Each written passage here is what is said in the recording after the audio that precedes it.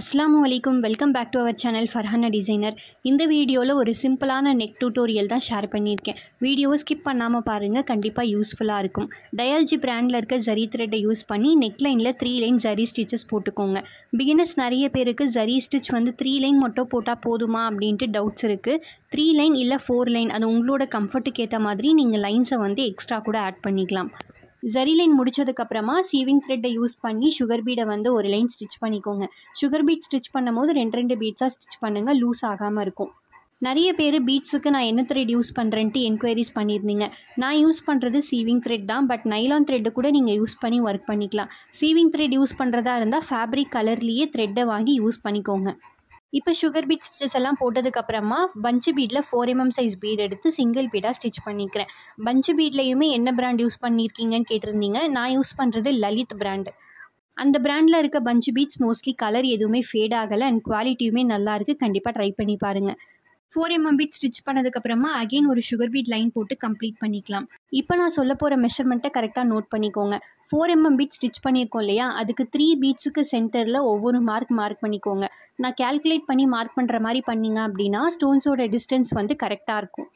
இந்த ஒர்க்குக்கு திலவம் ஷேப்பில் இருக்க கிளிப் ஸ்டோனை யூஸ் பண்ணி தான் பேஸ்ட் பண்ண போகிறேன். ஸோ அந்த ஸ்டோன்ஸோட மெஷர்மெண்ட்டுக்காக தான் நான் உங்ககிட்ட இந்த மாதிரி சிம்பிளான மெத்தடில் மார்க்கிங் சொல்லிட்டு இருக்கேன். இதே நீங்கள் இன்ச் டேப் யூஸ் பண்ணி மார்க் பண்ணுறீங்க அப்படின்னா 1/2 inch டிஸ்டன்ஸும் இல்லை, 3/4 inch டிஸ்டன்ஸும் இல்லை, அதுக்கு சென்டரில் டிஸ்டன்ஸ் வருது. ஸோ அது மார்க் பண்ணுறதுமே உங்களுக்கு கஷ்டமாக இருக்கும். ஸோ 3 பீடுக்கு சென்டர் பாயிண்டில் கரெக்டாக பார்த்து நீங்கள் மார்க் பண்ணிக்கோங்க.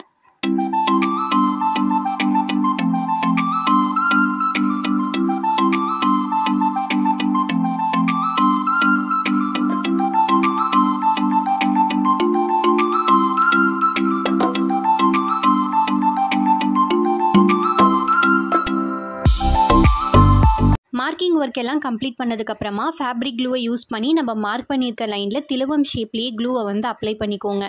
And main thing, clue apply பண்ண உடனே ஸ்டோன் பேஸ்ட் பண்ணாமல் ஒரு 5 minutes லைட்டாக ட்ரை ஆனதுக்கப்புறமா பேஸ்ட் பண்ணுங்கள். அப்போ தான் ஸ்டோன்ஸ் பிரிஞ்சு வராமல் இருக்கும்.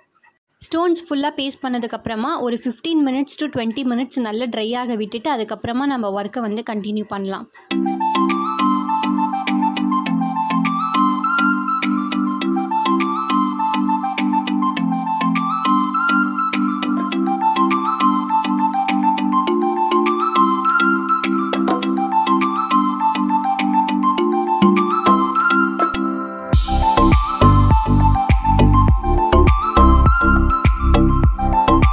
ஸ்டோன்ஸ் நல்லா ட்ரை ஆனதுக்கப்புறமா உடன் நீடில் ஒரு அயன் நீடில் 3 சுகர் பீட், ஒரு 4 mm ஒயிட் பிஎல் பீட் அண்ட் அகெயின் ஒரு சுகர் பீடை யூஸ் பண்ணி ஒவ்வொரு ஸ்டோன்ஸோட சென்டர் பாயிண்ட்லேயுமே ஸ்டிச் பண்ணிக்கோங்க.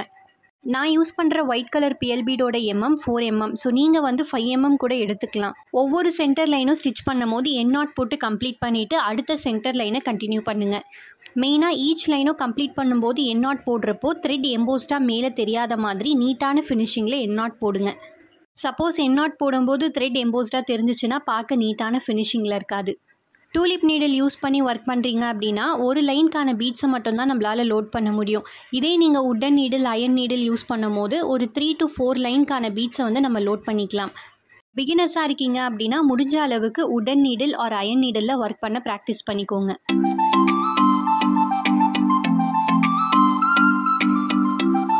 சென்டர் லைனில் பீட்ஸ் எல்லாம் ஸ்டிச் பண்ணதுக்கப்புறமா ஃபைனல் அவுட்லுக் பார்க்குறதுக்கு இப்படி தான் இருக்கும். இந்த வீடியோ உங்களுக்கு பிடிச்சிருந்துச்சு அப்படின்னா லைக் பண்ணிவிட்டு யூடியூப் சேனலை சப்ஸ்கிரைப் பண்ணிக்கோங்க. இதே மாதிரி யூஸ்ஃபுல்லான வீடியோஸ் வேணும்னா கமெண்ட் செக்ஷனில் ஷேர் பண்ணுங்கள். அப்கமிங் வீடியோஸில் நான் அப்லோட் பண்ணுறேன்.